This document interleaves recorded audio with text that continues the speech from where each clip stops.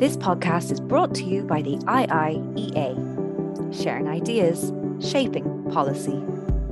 So everybody, you're all very welcome. My name is Alex White, Director General here at the Institute. Great to see so many of you here bright and early, and look forward to the session. And it's really great to have Chris Stark with us this morning, who's head of the UK's Mission for Clean Power at the Department for Energy Security and Net Zero. Chris is here today to give us a keynote address as part of the 2025 REthink Energy series, which we at the Institute here have been running biennially with our partners, our dear partners at ESB, and just to acknowledge ESB once again for all of the work and support and collaboration that we do with them.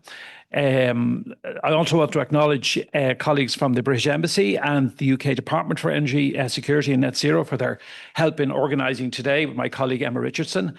And a particular warm welcome, if I may, to Ambassador Cara Owen, British Ambassador, on her, what I think is her first visit here to the Institute, and hope will be the first of many. It's great to see you here, Ambassador, and indeed the other members of the Diplomatic Corps, and indeed everybody who's taken the time to be with us this morning. It's terrific. As I said, the penultimate event in the 2025 REthink Energy series. We're always delighted to host here at the Institute.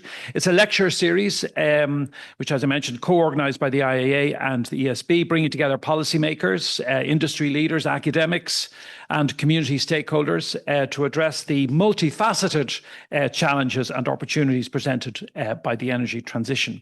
Other events in the series, by the way, can be watched. You can watch them back online on our website. And actually, the final event for this year, 2025, on the future of transport and e-mobility will take place on Wednesday, the 26th of November, just to keep an eye out for that. So as I mentioned, delighted to be joined by Chris Stark. I'm going to invite Chris Stark to the podium in a minute. He's going to speak to us for maybe around 20 minutes or so, and then we'll have a Q&A with the audience, both here in the room and those of you who are watching in online. By the way, you're all very welcome too. You can join the discussion the usual way. If you're in the room, you can put up your hand, ask a question, use the Q&A function on Zoom if that's how you're participating. And as we always say, if a question occurs to you, if you're watching online, a question occurs to you, you don't have to wait until Chris stops. You can put it in on the Zoom on the Q&A function, and we'll have it there ready to go when we come to the Q&A session. And just a reminder that the presentation and the Q&A session is all on the record today. So whatever that means anymore. I think everything's on the record now. But anyway, just to make that point. Chris Stark was appointed head of the UK's Mission for Clean Power in the Department for Energy Security and Net Zero in July of 2024. Previous to this, he was Chief Executive of the Climate Change Committee from April 2018 for 6 years. Under his leadership, the committee recommended a UK net zero target for greenhouse gas emissions by 2050, a target that is now enshrined in law. He was Director of Energy and Climate Change in the Scottish Government from May 2016 to April 2018. He's also served as Chief Executive of the Carbon Trust and is currently Honorary Professor at the University of Glasgow's Centre for Public Policy, a Fellow of the Royal Society of Edinburgh, and he's on the board of the climate charity Murmur. So, Chris, welcome, and we look forward to hearing what you have to say.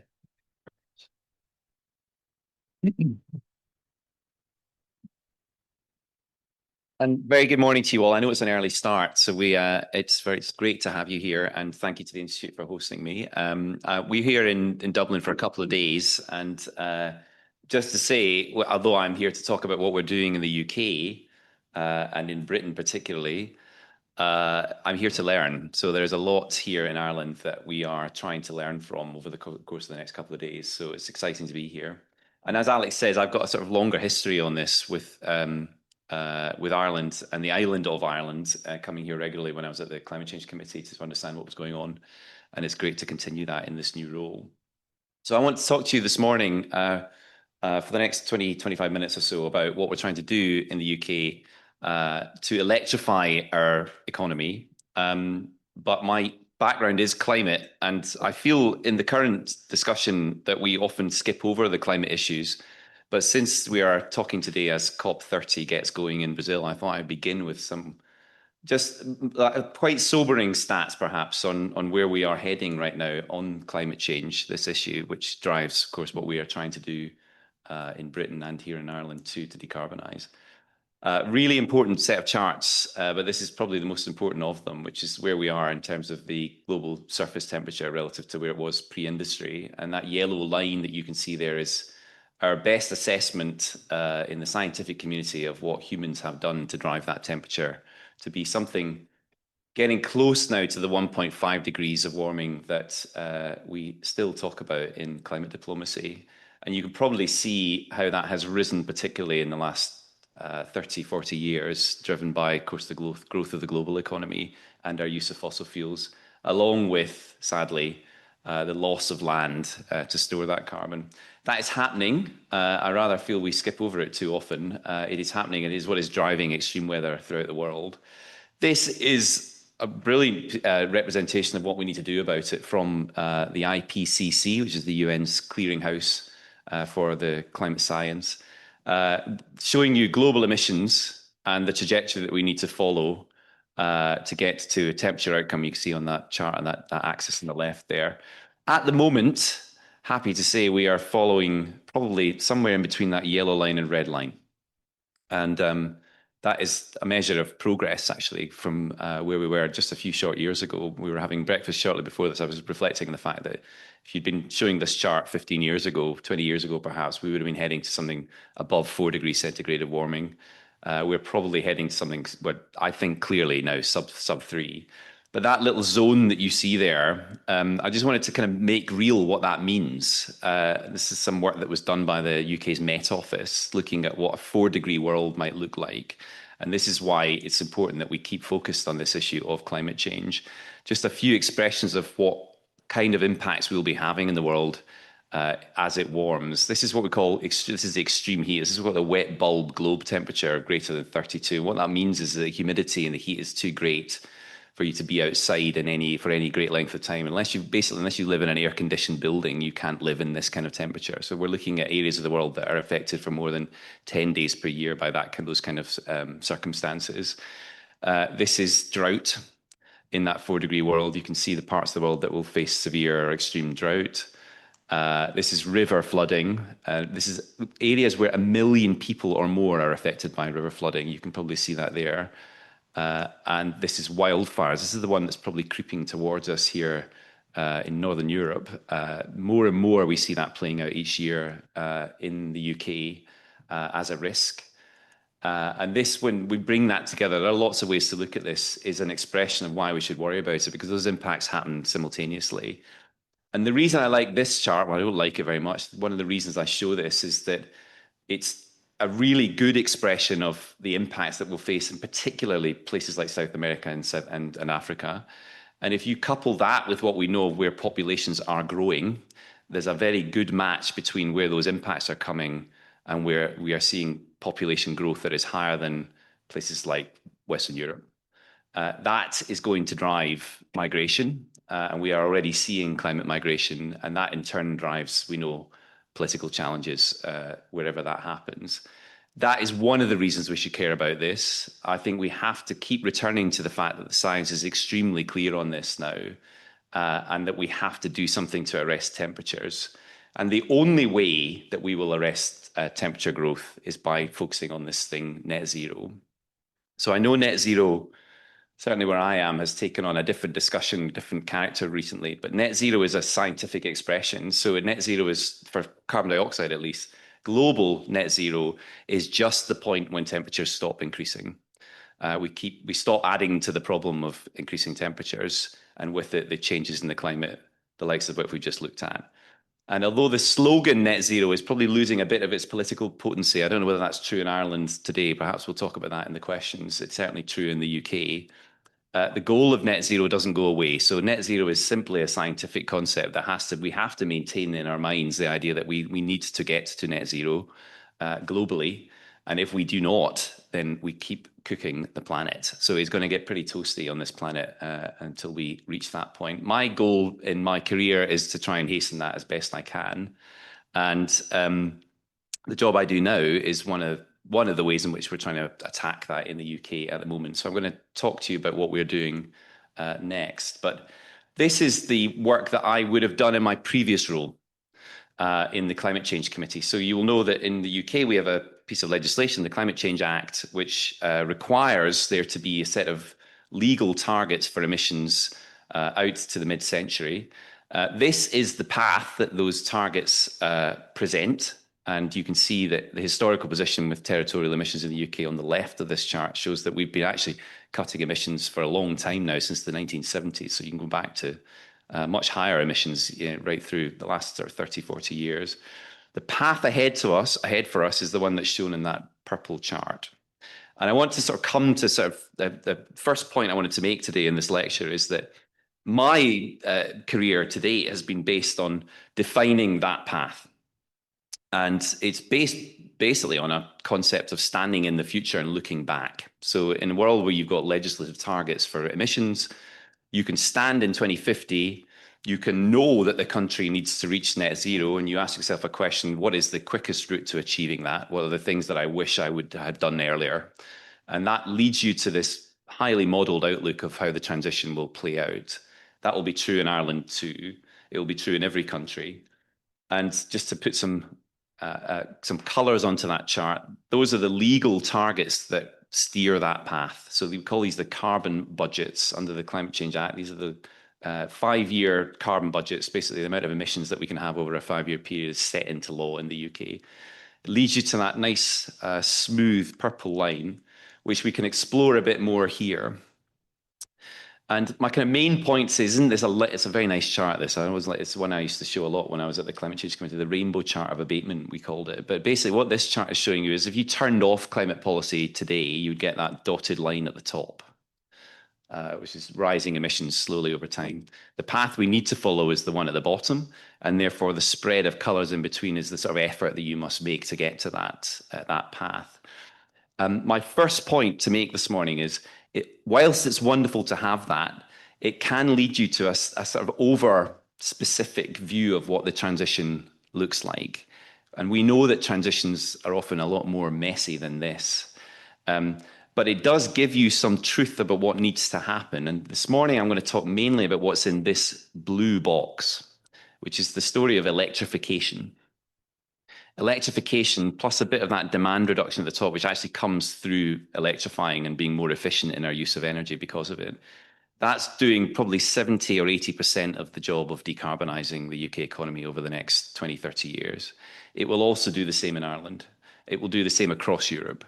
And electrification, therefore, I think, even if the path to net zero doesn't look exactly as it does on this chart, electrification is the core strategy that we need to follow as a country.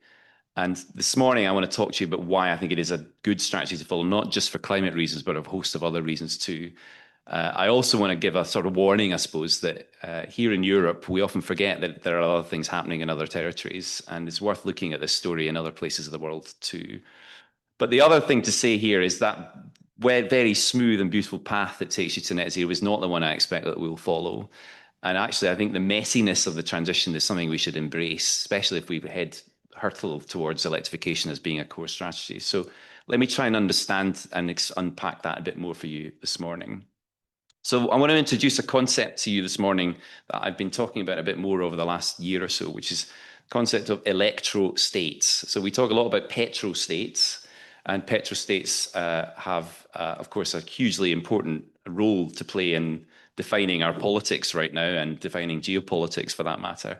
My view is that electrostates, which I'll define in a minute, will have a similarly big impact and are already having that impact in a way that is not surfacing in the public discussion as much as it should be.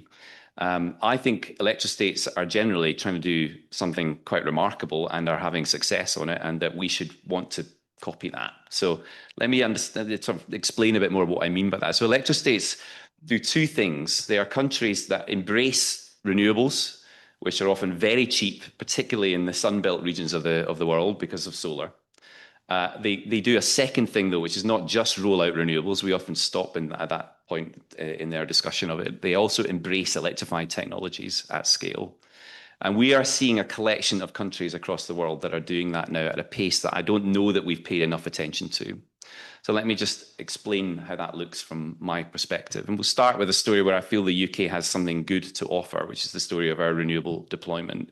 And you can see here, for those of you who are far away from the screen, each of these coloured bars shows a different year. So 2000 in the dark blue, red is the latest assessment. So this is electricity generated by renewables in the UK. You can see how that has grown remarkably over the past 20 years or so. That is in particular in recent years been driven by our deployment of offshore wind, which is something that we've gone from nowhere on that story to being probably the second biggest market after China for offshore wind now in the world. It's a remarkable story, but it's not the only place that you see that playing out. So note the change of scale here. So across the EU, we also see that rollout of renewables happening. But look to the end of this chart and you see China. And remember the scale of China. It is staggering what is happening in China at the moment. To give you a sense of that, last year, wind and solar deployed in China alone was greater than the rest of the world combined. So they are rolling out renewables at a pace that is really off the charts. And they are producing the technologies by and large that they are rolling out. And they also, of course, have a policy, very successful policy of progressively rolling those technologies out to other parts of the world too, including where we are today. So that's the kind of first story is to say, look, that is happening, but it is not happening here as quickly as it is in China and particularly in the Asian economies. If you look at the world, driven by China, but not just China, similar story playing out now. Our pace of rollout, as you can probably see in the EU chart there, is now behind the world. So the rest of the world is deploying renewables more quickly than we are here in Europe. So that is the first thing to point out. I just put onto that the share of electricity generated, and that's something we'll talk about. Across the world, it's about a third of the percentage of total electricity generated at the moment is coming from renewables, but it will very quickly be a half. China is slightly higher than that, 34%. In the UK, we've reached half, so we're motoring towards a much higher penetration of renewables. Europe, about 42%.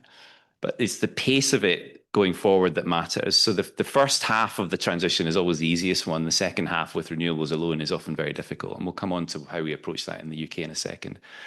But those electro-states are firstly the ones rolling out renewables quickly. You can see some of them on there. Secondly, looking at the question of what that looks like for the UK, this is what you see as you kind of roll that forward. So in the UK, our penetration of renewables has largely been driven by the fact that we've now squeezed coal off the system. And that is basically what we're seeing rolling out, including in Ireland, of course. The challenge of growing it further gets more interesting as we go into it. And I'll come on to that in a second. The part one renewables. Part two, the bit that we often forget, is the share of electricity that we're consuming in final energy consumption. That is basically the extent of electrification that we see in the economy as a whole. And across the EU and the United States, UK too, we see that the share of electricity in final energy consumption is largely plateaued around 20%. Ireland's story is a very interesting one. I haven't got the chart for Ireland, but of course it's grown recently, but that is data center demand that is driving it. If you take data centers out of it, really interesting to see it's still plateaued at around 20%. So we are not progressing. The last 20 years, we haven't changed at all on that metric. Now let's look at some other parts of the world. Norway has always been the sort of poster boy for this because they've got a much more electrified economy, always have. They are also plateauing, however, at 45%. Now we see the interesting ones. So India, really interesting place to watch. China, absolutely stonking rollout of electrified technologies. So they are replacing their fossil demand with electrified demand, and they are growing, they're meeting their future energy demands increasingly with electricity and electrified technologies. And they're doing so at a pace that completely outstrips us here in the West. And again, they are also the makers of the technologies that sit behind that. And just to put the global position on there too, interestingly, the world's electrification has now reached largely the place that we are here in the EU and across Europe. This, I think, is more important than the renewables story now, because as we roll these technologies out, they increasingly displace the fossil technologies. That's how we'll win the argument ultimately on global transition. But each economy that replaces fossil demand with electrified demand is also becoming much more productive and competitive. That is why China is pursuing that strategy so hard just because they are not wasting as much energy. So classic example of a fossil technology is your car, your petrol car. You turn that on, it loses probably 2/3 of the energy in that car through heat. You don't get that with an electric vehicle. And that is true of all the electrified technologies that we see deployed on the system. So we should look at this chart, particularly the Chinese chart, and we should be concerned, I suppose, about what that might mean as we progress into the future about the productive capacity of China and its competitiveness in the global markets. Because every year that passes that China and the Asian economies roll out these electrified technologies is a year where they will become more and more competitive across their whole economy and not just on these more narrow issues of climate. So that, to me, is one of the main reasons why we should be paying attention and moving more to a strategy of electrification and more quickly. Just to give you a bit of climate optimism, if I can, on this, this is looking at the global path to net zero. So this is work that was done by the IEA. And what we require to get to net zero is actually only a 4% per year increase in electricity as a share of final demand. And you'll see that playing out in China to a far higher degree. And the Asian economy is actually a much higher economy than that, a much higher rate of deployment than that. So there is every chance that we can get ourselves onto the right global pathway to net zero, but it is largely about this issue of electrification. So can we move more quickly towards a more electrified demand profile? And you can see there buildings, industry, and transport, and the kind of trajectory that the world would need to follow to get onto that. I think that's perfectly achievable. So we should feel optimistic about that. But we should also worry about the fact that our own trajectory here in Europe is not looking like that. So what do we do about it? Well, question, could we in the UK join that club? So just a collection of metrics that we think matter for that, collected by my colleagues in the Climate Change Committee. So the story you see, again, apologies if you're at the back of the room there, but this is the key set of metrics that we think will matter for electrification into the future. And this is looking largely at the cost of the critical technologies for the renewables story and the electrification story. You can see in the dark sections on the left there, the historical position over the last 20 years or so, and you see these stunning price falls, absolutely stunning falls in the cost of offshore wind, solar particularly, batteries, and with it, battery electric cars. Just stunning how quickly they have plummeted in price. That is not because of climate action, it is largely because of the technology development that is happening, not just in China, across the world, but particularly China recently has been driving that. And the path that we think we need to follow into the future, you'll note that those lines are quite flat. So we're at a position where we think it is now possible for us to adopt these technologies at a price that the consumer will benefit from. But let me just add another couple to that to bring in maybe more of the political discussion, that at the moment, the biggest challenge is not the cost of the critical technologies. It is that the ratio of electricity prices to fossil prices is in the wrong place. So we're asking consumers to adopt a set of technologies that actually create a penalty for them at the moment, with the possible exception of electric cars. So electric cars today, if you buy one, is the running cost of that over its life is probably less now than a petrol car. This needs to be the central challenge for our politicians back in the UK. I suggest it's probably true here in Ireland as well, that we bring down particularly the electricity price. Bringing down the electricity price, which we think is possible, will have this huge incentive to adopt these electrified technologies at a far faster pace and will allow us to compete again on the global market. So that is absolutely essential. And just to say something that, we think about consumption, we often think about households, but 2/3 of electricity consumption is commercial and industrial. So the big story there is actually probably in that bit of it. And I've shown the industrial prices here. That is where in the UK we've focused most in the recent 18 months or so in policy. We will see next year with the set policies as we roll them out, that we're going to bring down the industrial cost of electricity to something we hope will be approaching the US price with a set of rebates that are for the heavy industrial users of electricity. So that's something we've got in play. You'll see the impacts of that over the course of the next 12 to 18 months. So look, this clean power thing, and just coming to the sort of close of this conversation, I wanted to explain to you some of the international backdrop to that, and our role, I think, is to push on with this clean power thing. So the government came in 18 months ago in UK, in Westminster, with a very clear pledge to clean up the power system by 2030. I'm very proud to lead that. And what does that mean for us? Well, let me just explain that to you now. So This is another version of the chart I showed you earlier. There's a share of electricity generated in the last available year that we have. And what you see on this chart, again, if you can't see the text on it, apologies, but the grey part of this box, this chart, is gas. It's about 30% of the total mix in 2024. Gas is hugely important to the electricity system in the UK. It is what provides the flexibility that allows us to accommodate all that green stuff that you can also see on the chart there. The green stuff is wind. And the flexibility that comes with gas is what permits that to happen. My view coming into this job is that rather than pretend that we're going to squeeze all that gas off the system, we should try and make use of it. So the central role of gas in our strategy for 2030 and beyond is not to close gas, but to run it less. So the idea is that we use gas's flexibility to reduce the running hours of gas to accommodate more and more of the clean stuff. And we think we have a gas system that will permit that. You might also notice nuclear on the mix there, and it's always a topical discussion of nuclear. Nuclear, we have plans to have new nuclear in the UK, but they come into the middle of the 2030s mostly. So nuclear is not a core part of our 2030 strategy because new nuclear is not something that we'll see on the system before 2030. So largely what we're doing is trying to accommodate more and more of the clean stuff into 2030 to get ourselves down to something that we think could reach in the 90 to 95% clean region by 2030. And we think that's a pragmatic take on how to do clean power.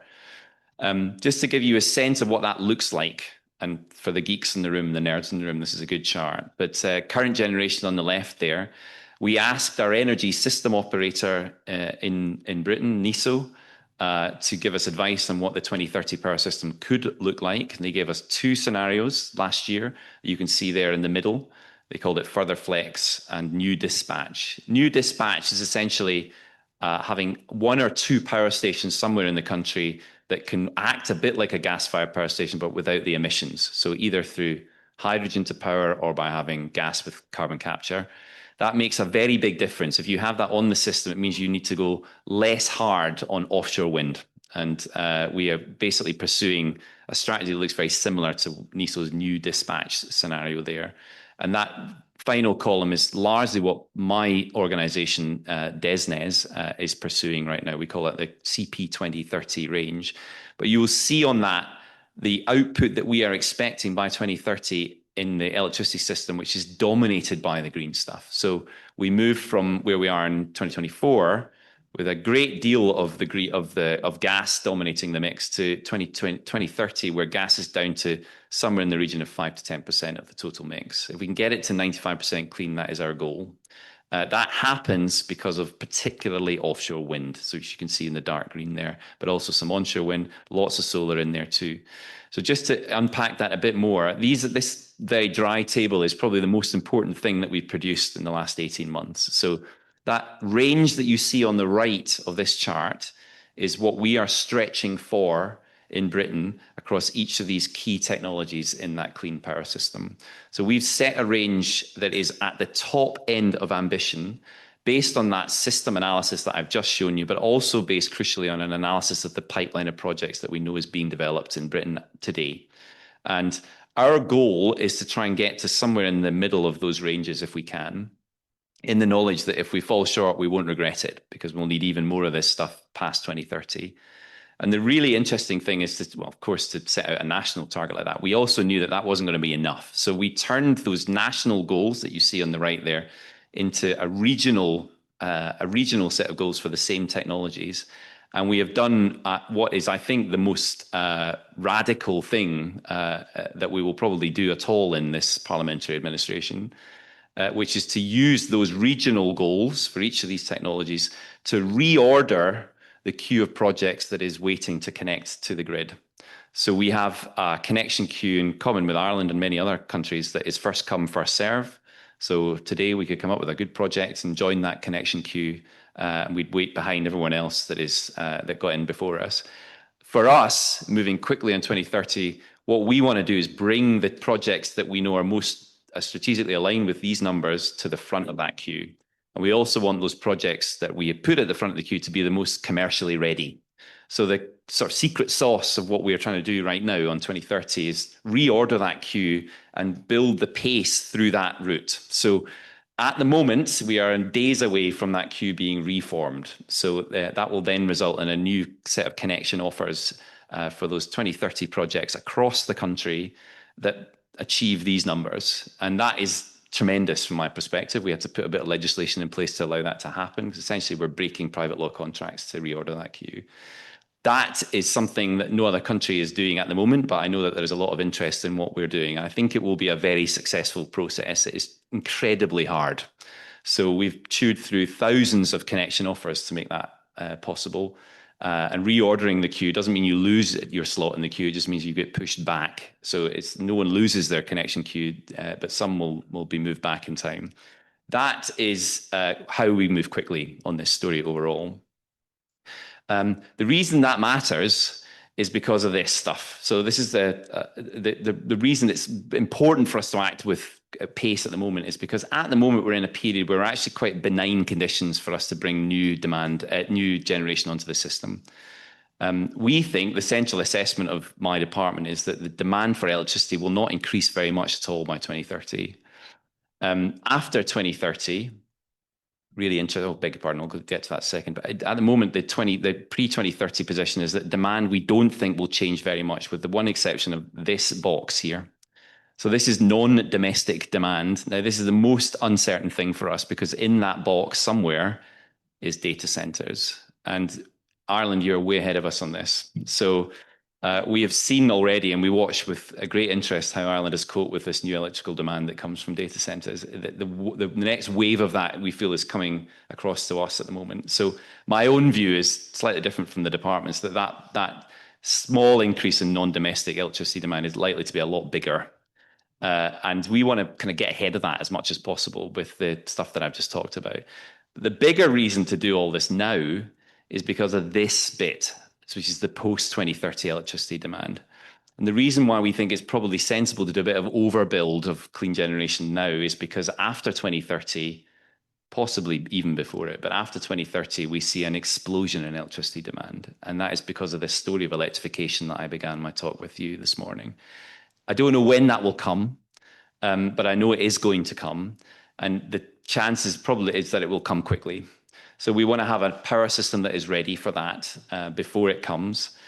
We expect, in line with the climate targets that we've set, that we will see electrical demand double by 2050. So double the size of the power system by 2050. We need to be prepared for that. So that is partly about building that generation that I spoke about. It is also, though, building more grid. And that is the other big challenge that sits behind this. I've talked about reordering the connection queue to the grid. The grid itself is not ready for that. So the other thing that we've done, along with the generation and the storage priority, is say that we need to put our arms around and give our support to a historic generation, really genuinely historic grid build program, the likes of which we haven't really seen since the 1950s. That gives you a sense of it here. So the red line that you see on this chart is the kick up in transmission length that we need to achieve by 2030 to facilitate all of that generation and storage to be connected. We think that's possible. It is at the moment coming to fruition. In the same time as we're doing the connection reforms, our energy regulator, Ofgem, is signing off on the plans for each of the 3 transmission owners that we have in Britain, Scottish Power, SSE and National Grid, to build that transmission system to that degree. It will be a huge challenge to bring it in by 2030, but that is the challenge that they've all accepted. For those of you paying attention to it, you might have seen that SSE produced their strategy that set out just that yesterday. Saw their share price go up by 10%. So it's a hugely important moment for us to green light this program. In that red line, though, are some of the most difficult political issues for us and for those companies, because we'll be bringing transmission through parts of the country where presently there is no infrastructure at all. It is largely to facilitate a change in the grid from one that was built around coal to one that is built around offshore wind. So think of the grid as we're kind of turning it inside out, essentially, to facilitate that. But it is amazingly exciting to see that program come together. As we talk today, I'm very excited about it because I think the supply chain constraints have largely been dealt with now. Each of those 3 TOs have largely finished their procurement processes and they've got suppliers. So I think we will now move really quickly on this as we move into the next year. And then the last part to this story is that we've done generation storage, we've done grid. We also need flex. So as we move into the next period, we need to be thinking more and more about the flexibility that we have, particularly on the demand side. So I'm showing you one assessment of where that might come. This is looking at demand flex at peak, and bringing that peak down basically allows you to have a cheaper system. The colors in this chart, again, don't worry if you can't see the numbers. Most of the flex that we think we will have in the system is going to come primarily from transport in the coming 5 years. So that's more and more electric vehicles. As we progress into the 2030s, hopefully, more and more of that flex will come from industrial electricity and heat. But we will not see most of that pre-2030 unless that electrification happens more quickly. So for the time being, the story on electric vehicles is really important to us. As we roll out electric vehicles, which is happening largely on the pace it needs to hit the targets that we've set, we need to build in the idea that those vehicles can be charged flexibly. And really interesting wedge on this chart, V2G, which is vehicle to grid. I think that's going to play an even bigger role in the future. That's basically where you've got two-way charging, and the car is actually providing some energy potentially back to that grid when it requires it. If we can have more of that in the system, it does look like that's coming. That will be tremendous for us in the future energy system as we build this out. That's very exciting. And this is the sort of gap between where I think we need to be on the consumer-led flex, as we call it, today, and where we need to be in 2030. And I show this chart quite deliberately because it's a big gap, but I also think it's a very exciting gap. So the story on the consumer side is going to be partly determined by the policies that we roll out to bring the electricity price down, but also crucially by this stuff. The more that we can build in the opportunity for consumers to flex and take the opportunity of cheaper power when it's available, the more successful this transition is going to be. So my goal is to try and fill the gap that you see there between where we think we need to be by 2030 and where we are today, with as much of that kind of opportunity building stuff as we can. And it's very exciting to see that roll out because it's driven partly by technology, but mainly by a set of consumers that are very switched on and want to do it. My point earlier, 2/3 of that consumption is commercial. They are often the people who are most responsive to the need for flex. So that's what we're trying to do. And very final point, and I promise I will stop talking now, but how fast can we go in this? Well, we always underestimate how fast we can go. And I think it's really exciting to have the British government focus on this in the way that we have. We're seeing now the response from the private sector, those investors that will deliver that. They have been tremendously excited, I suppose you could say, by the fact that we've made it so clear we want to do this. No doubt there are obstacles in the way and things that we'll stumble over, but so far, the first 18 months of us focusing on this has been tremendous. And, I would really strongly support everyone having a go at something like this, because this idea of mission-led government is something that can really work. How fast can we go? Well, look, there's a lot of misery out there right now about how fast we can go in the global transition. So I thought I'd come back to the story of the global transition just to give a little bit of optimism. And we talked a little downstairs, Alex, about this earlier. One of the reasons why I think we are going to succeed on this transition is because of this issue of investment. And they're showing you here just global energy investments. This is some stuff from the IIEA, again, from last year. Global energy investment flows, clean versus fossil. So fossil in grey, the green stuff is the clean stuff. The switch happened in 2016. And it's a story that is not often known, but in 2016, we saw for the first time that investment into the clean stuff was more than the dirty stuff. And you can see the final year there and what's making that up. That is an inexorable story now. It is playing out more and more with greater and greater pace. And the mistake is to think that it isn't happening and to try and King Canute style prevent the waves from coming in.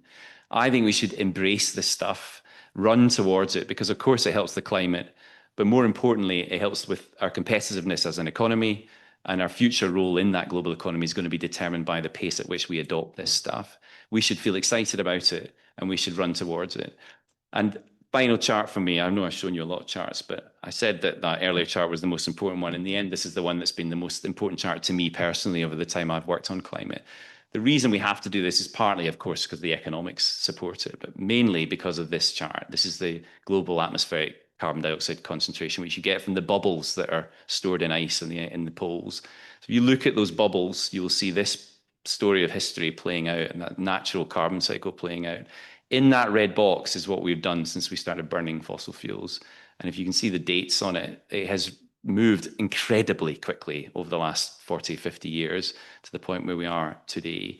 We should worry about this, but we should also use it, I think, as a spur to go more quickly on the story I've been trying to tell you about today, and particularly the story of electrification, because it is the way in which we will arrest that increase in that CO2 concentration and stop and end the continuing problem of climate change, something I think in this room at least we all want to see. So thank you.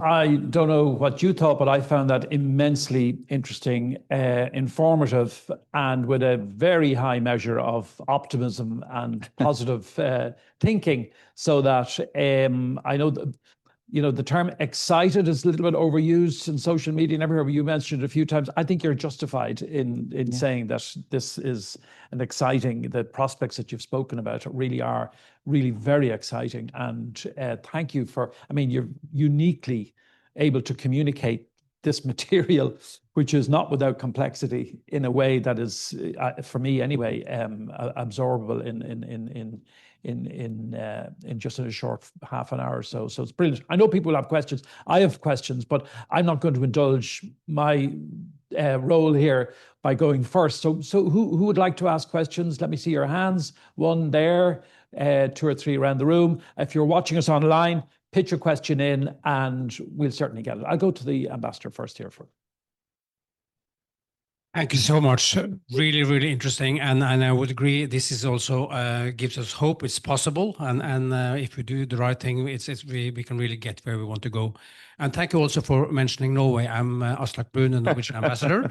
You know, we don't really get our own chart very often in presentations like this. So thanks for that.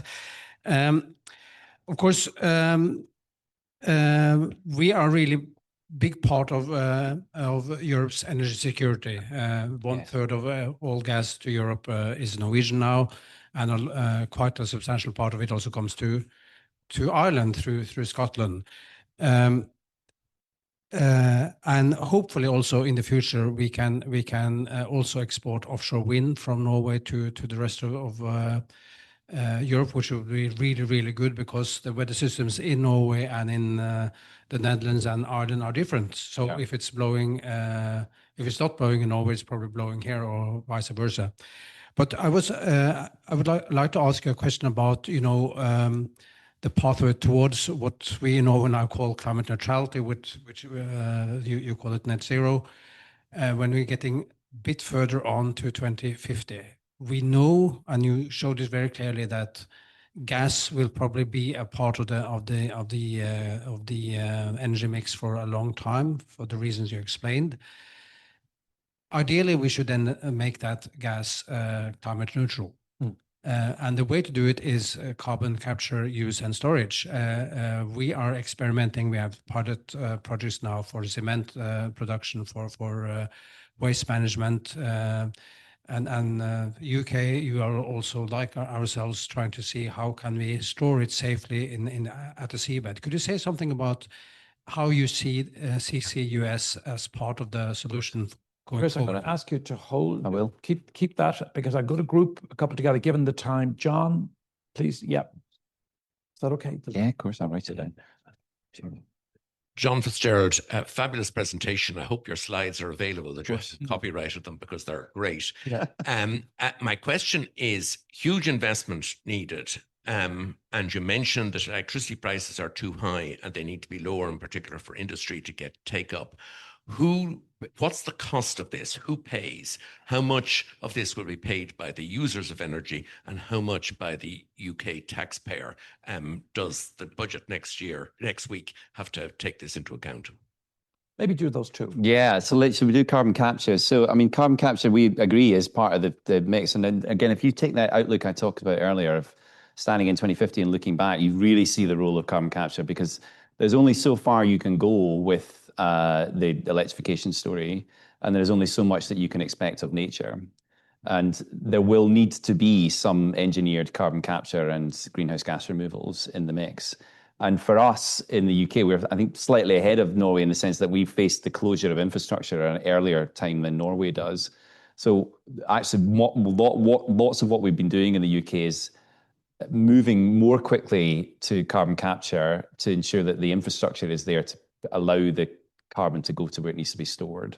So the last spending review, which was just this year, I mean, the past 18 months for me has felt like a decade. So, but it feels like an age ago now, but it facilitates carbon capture finally in the UK and on at least a couple of sites, and we have ambitions to go further.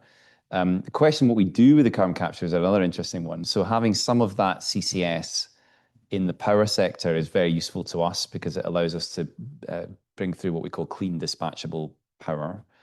But we also know that actually most of it we want to use in industry. So we've got really important industrial clusters that will use carbon capture on a single site, and that's very exciting. But really important thing to say, because I know there's a lot of skepticism about CCS, is that it's not a replacement for the other parts of the strategy. So we're going at full pelt on electrification and allowing CCS to be developed so that it can deal with the rump of 10 to 20% of emissions at the end of that.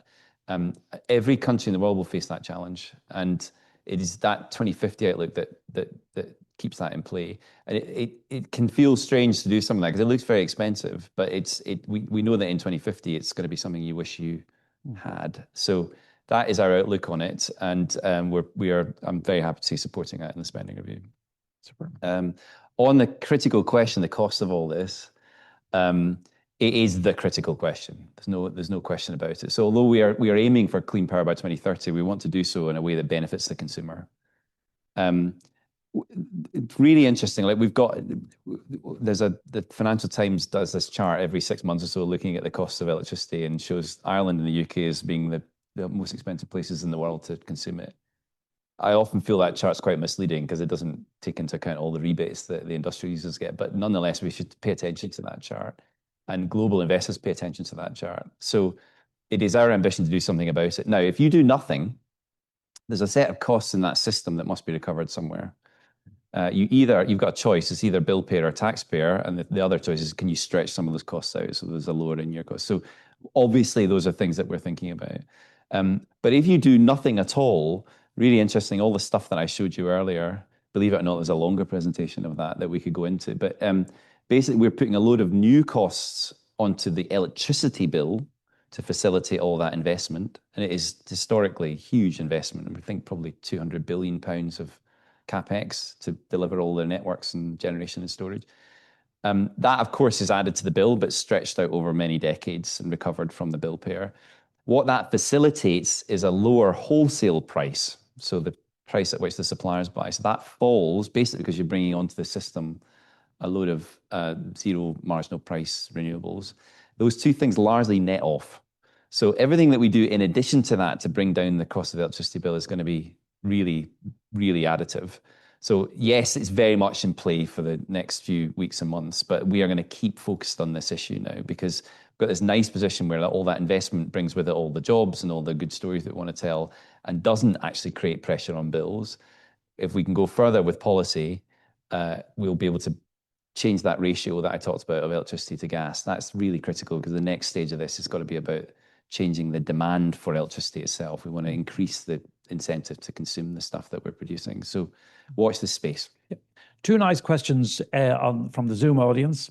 Anna Lawler, Central Bank of Ireland, asked, at what point in the UK's journey do you think electricity prices can decouple from gas prices, particularly at times of greatest electricity demand? And then the second one from Chris D'Souza of Curzon Consulting.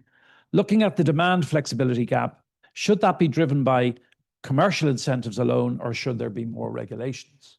Oh, these are great questions. So decoupling of gas. So very interesting. I'm probably breaking some sort of rule by telling you this, but we've had a lot of attention to the Prime Minister in this mission, which is fabulous.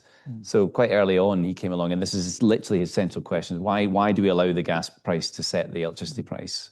And could we decouple that? And basically, there's kind of two schools of thought, but what one could do about that. So at the moment, gas is often the marginal plant that you bring on, and therefore whatever the price of gas is largely determines the price of electricity. We could try and, great word this, bifurcate the two markets and have simply a gas market and a sort of green pot. And that is quite appealing.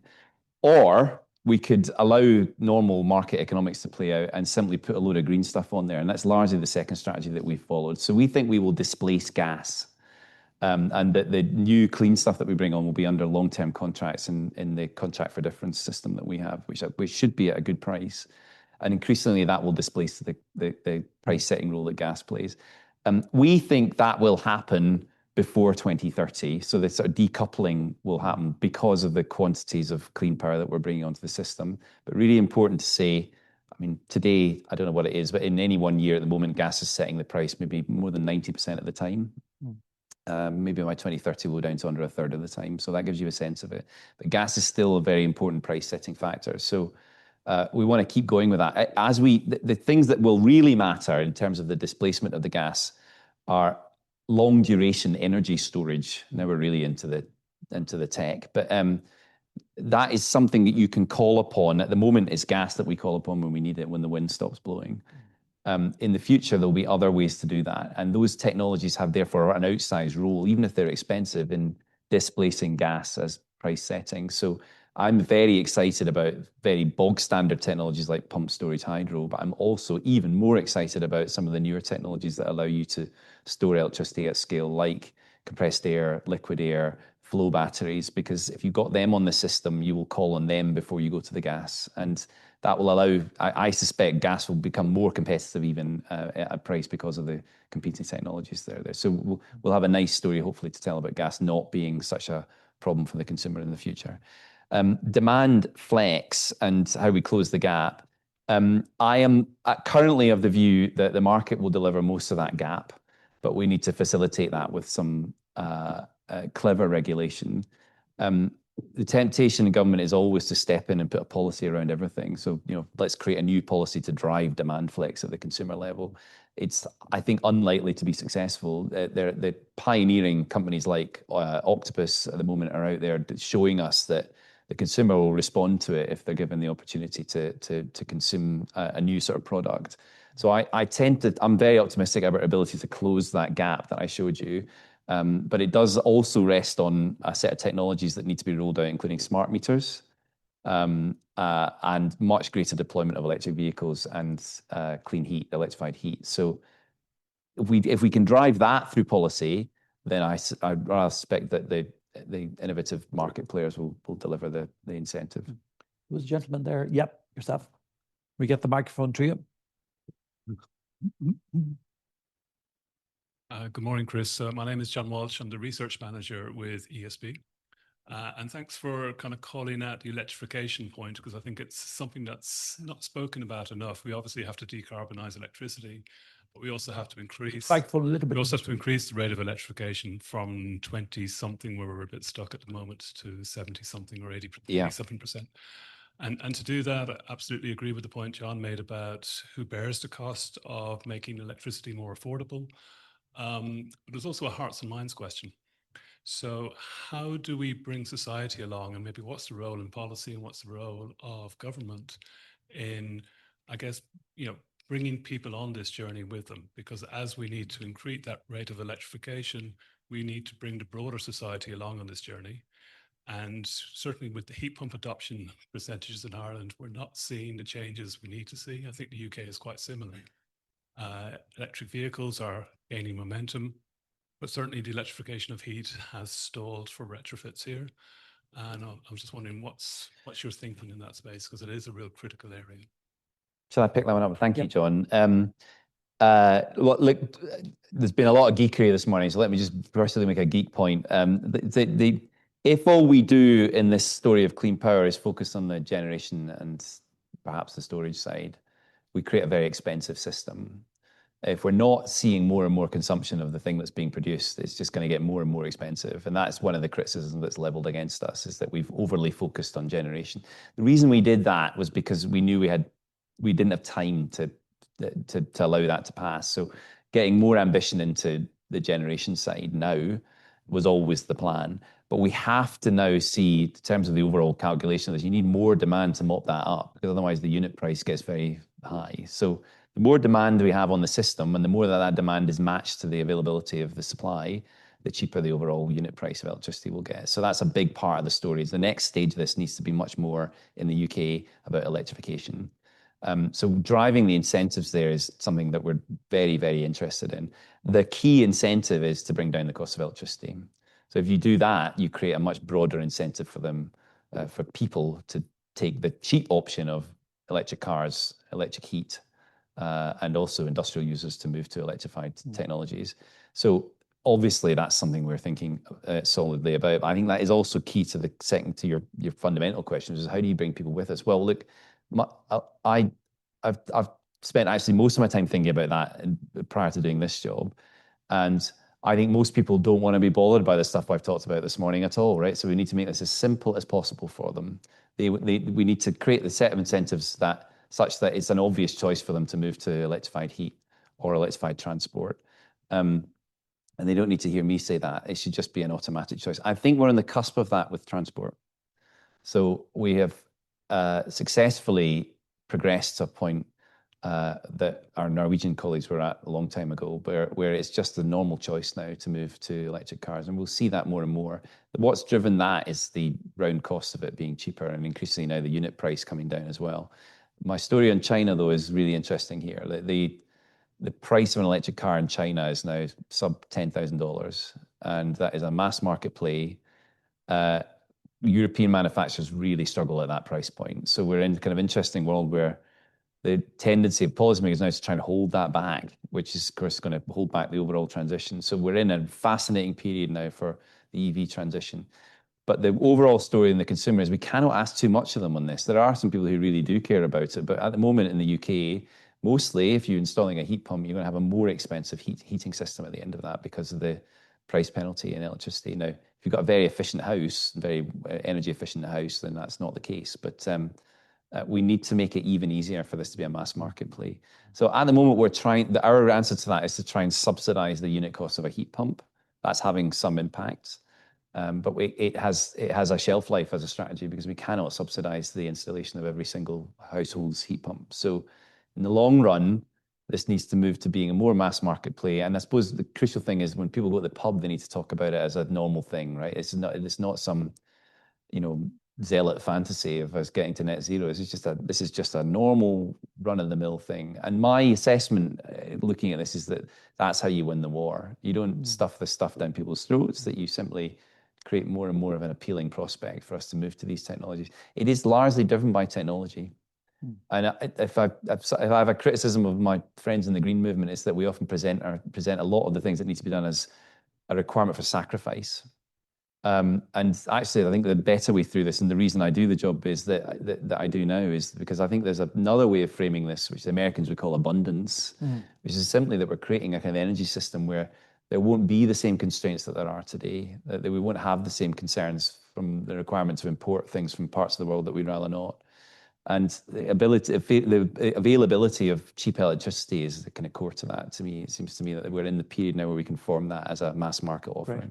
We're up on time. I have one. Is there any others? Any other offers? I have two. I have three. I have four. So what I'm going to do, I'm going to take those four. But if you wouldn't mind, just do kind of quick 30-seconders or 1-minuters. That'd be great. Just in the interest of time, if that's okay. And I'll start over here with Dermot and then Tom. I'll be quick as well. Thanks very much, Chris Dermot, Torney, Dublin City University, and a member of the Just Transition Commission. Can I ask you on the equity dimension of the transition and how you're factoring in your vulnerable users and distributional consequences and so forth? And also, if you have time, I was intrigued by your comments around reordering the queue and the legislation around that and breaking private law contracts. If you can say a bit more about that, I'd be really interested to hear. I thought that was interesting as well. Yeah, Tom. Member of the IIEA, a lot of criticism of regulation generically across the spectrum. One only needs to mention reducing red tape. Can you say a bit about this lovely phrase, clever regulation? Those two And I want to just thank, while Keane is going down with the microphone, thank Bernice Doyle for her from Net Zero Energy Limited for her question on gas. But we won't go back to gas at this point. But she's some interesting observations there by way of a question. And Kieran Cuff asks, can you comment on the role of interconnectors in reducing electricity costs and decarbonising the grids? Kieran Cuff, the Green Party. Yeah. There are two down there. Yeah, Sean Murphy, thanks very much for this. I work with ESB Public Affairs. You talked about consumers, but how are you thinking about the political system in GB and keeping this holding the course agenda come what may? I'm talking about cross-party and growing smaller parties that could be very influential in the next election. I think there was another one there. Yeah. Thank you. Dennis Duff from 18 for Zero. We're an advocate group for clean energy without ideological bias. I loved the amount of times that you mentioned the word can and excited, and it's really good. When I think about Ireland, I understand that our electricity has twice as much gas. We're about 60% gas at the moment, so it's much worse than the UK. We've little chance of having any offshore wind by 2030. We're already stifling large energy demand. And we have an ideological bias against nuclear energy.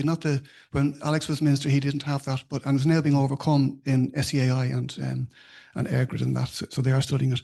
So it's going to be much more difficult for us because we also can't expand the grid with the same thing that you have. So I'm coming back to the thing of confidence, and it's how much of your own money would you put on UK reaching clean power by 2030? And if you did have to put your own money on it, what year do you think you would reach the clean power target? Okay, there's a lot in there now, so you could. That was an easy one. Yeah. You can pick and choose a little bit. Look, I'll try and cover all that. So, yeah. Tom, no, let's start with Dermot, who was asking about vulnerable users. So our core strategy, actually, if you look at the consumption of the stuff I've been talking about, is to try and drive some of the technologies and the benefits that presently rich people get to those who are not rich. So at the moment, if you're rich enough to have, the Tesla in the driveway and the electric charger and fully insulated house and some solar panels and a heat pump, you massively benefit from this transition already. So we want to try and turn some of that in. So the programs that we're rolling out, particularly on the housing side, are about trying to drive some of those technologies down to those who most need them and allow them to get the benefits of that. And that, to me, is also part of the story of how you write the story on how you write the story on public support for this, is that people want it. And generally, that's what you find is when you create these conditions. So we're doing that. And you asked about the queue. It's an enormous program of work. It's definitely the most difficult thing that we've undertaken. So we set out our strategic ambitions in that table that you saw. We then turned that into, with the support of the energy system operator, a set of strategic goals for each region of the country. So basically onshore wind, solar, and batteries. And then we've used that as a strategic basis for NESO then to go into the connection queue and to reorder it. So we can see the projects that are best placed to deliver those outcomes. We also know something about those projects. We want to have projects that basically have planning consent in place already, and preferably ones that are ready to be financed at the front of the queue. So we've used those as the key conditions. And NESO has chewed through that stuff in the last calendar year. It's been tremendously difficult for them. So NESO are themselves a brand new public body. They're newly independent. They're once part of National Grid. They're our energy system operator. They are doing a wonderful job for us right now. Just to give you a sense of it, we think they will probably move back in the queue 500 gigawatts of generation, which is a clue that queue was rather too big in the first place. But that will leave 2030 aligned projects that will deliver those numbers that we saw on that table. Now, if there is some attrition or if there's some delay to those projects, I can probably live with some of that because, if some of them get connected in 2031 rather than 2030, we've done an enormous service to the country. The challenge, just to come to one thing I didn't talk about, is that we thought about everything on the generation side rather than on the demand side, and we now see as big a queue on the demand side. So we haven't got such a clear strategic basis to reorder that, but that's something we're thinking about right now. And the legislative protection for that has been provided by planning and infrastructure bill that's going through Westminster right now. It's almost at its final stage. So that gives us the cover that we need to do that. And it will be tricky for us when the new offers go out in the next few weeks. So smart regulation, Tom. I don't know that we have such a great story to say on this. I mean, we overregulate, don't we? Because we want to do everything. Our hands are dirty with the amount of policy that we put around everything here. My point about a cheaper electricity price is that you can then take your hands off some of this stuff at that point. So that to me is that needs to be our central, that's our North Star for this. The more that we can drive down the electricity price, the less we will have to interfere. And I think that is, and that's not, like some sort of libertarian instinct that I have in me. It's just that I think that is clearly a better way through this. And that is very much what you would hear from Ed Miliband if he was here right now too. That said, we're not at that point yet. So we're still very much trying to steer the ship ourselves. Kieran asked about interconnectors online. Yeah, that is another core part. I don't know if you saw on that table, there was an interconnector objective on there too. There isn't really an upper end to my ambition on interconnection by 2030. The more that we have is generally better. It allows us to import and export more freely. What holds us back actually is at present the arrangements for coupling the markets that we see with mainland Europe particularly. And we are hopeful that we can move more quickly on that in the next few months to connect those markets again post-Brexit. That will allow us to create, I think, a stronger signal for interconnection. But these are big projects that require a regulator on either side of the fence to agree. So we've got big plans for interconnectors, but a lot of them will come after 2030, if I'm honest. Political agenda. I mean, of course, I worry about the political agenda. I'm a civil servant, so I worry less about the political agenda than others. But my bigger worry is that the fracturing of the consensus around some of this is something I think I can easily talk about. And I feel strongly that the more that we can rebuild a positive story about this, the easier it will be to repair some of the wounds that come from that. It takes me to, I think, some of the things I was trying to talk to you about today. Although I am a climate guy, I very rarely talk about climate change now. It was an opportunity to do so today. But that's because I think people out there do care about climate, but they also want to see that there's a set of other things in play that will benefit them more directly than just an improvement in the overall climate. So all of the stuff we talked about today is in the framing that we normally give to it when I talk about it back home. It's about the jobs benefit that comes from that. It's about the industries that will be built around that. It's about the energy security that comes from it.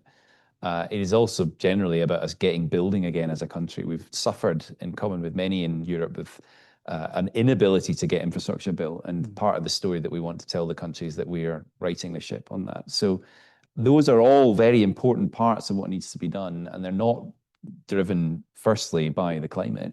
My experience is when you bring people a story of something that they want to see and then tell them that it's also good for the climate, that sort of enhances the positive feeling that comes from that. So this idea of putting the climate objectives sort of secondary to something else is, I think, the way to win the argument actually is that yes, what we're doing is indeed good for the climate, but it is also good for you and your home. It's good for your children. It's good for your jobs in your area. It's good for the security of the country. It's good for the beauty of our landscape. It's good for nature. These are all really important arguments that I don't think have had as much attention as they should have done.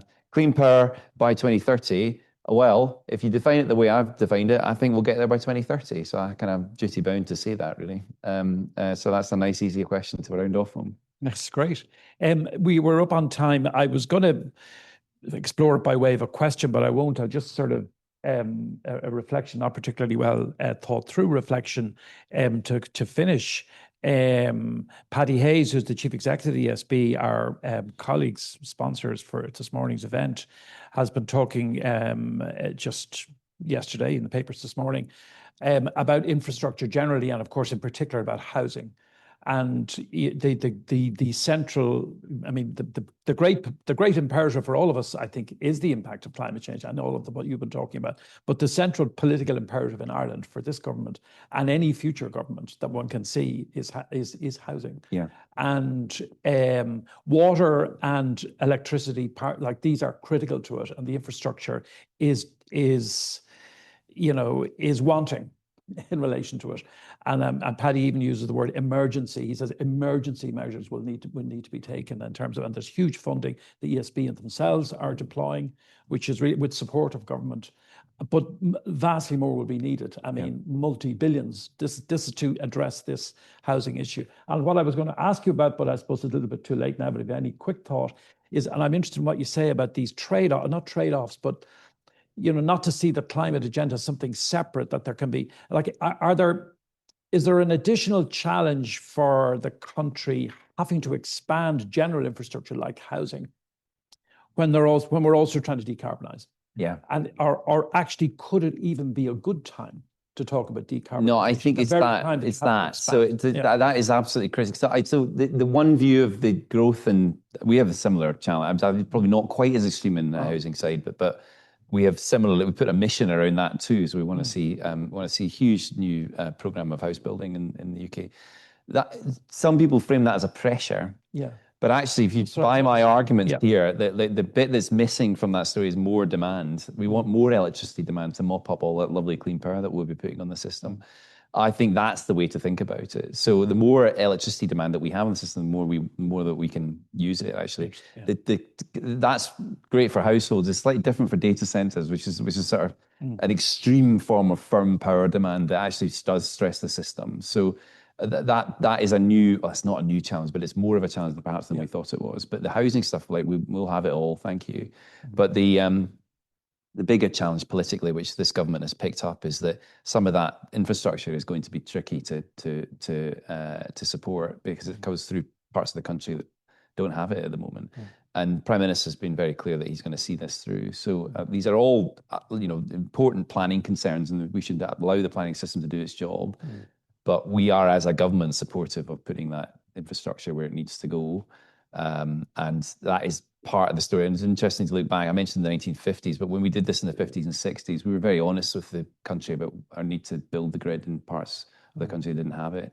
And I feel we get back to some of that, actually. There's some brilliant stuff. For a while, I used to trot out these adverts that I'd found from the 1950s and Country Life magazine. Which is wonderful, amazing, sort of captures the age sort of thing. And it's these beautifully presented full-page pictures of new pylons being placed by a sort of giant godly hand into a field somewhere. But the key thing is really honest with people about the fact that infrastructure was coming, but also really honest about the benefits that will come to those communities. It's about connecting the valleys. A lot of these adverts are about connecting the valleys to the electricity system. I think we need to do that again. Right? We are going through a program of building infrastructure, which we will not see again after this period. It will bring huge benefits to the country. Those people are already connected to the grid, so there needs to be something else that we're bringing them. And I think it is this story of more electrified technologies, smarter technologies, improvements to lives that comes with that, and the jobs and the industries that go with it. And I think if we're in a period where we can be honest about that, then we'll be successful. It's a great note to finish on. Thank you very much, Chris Stark. Show your applause. By way of applause. This podcast is brought to you by the IIEA, sharing ideas, shaping policy.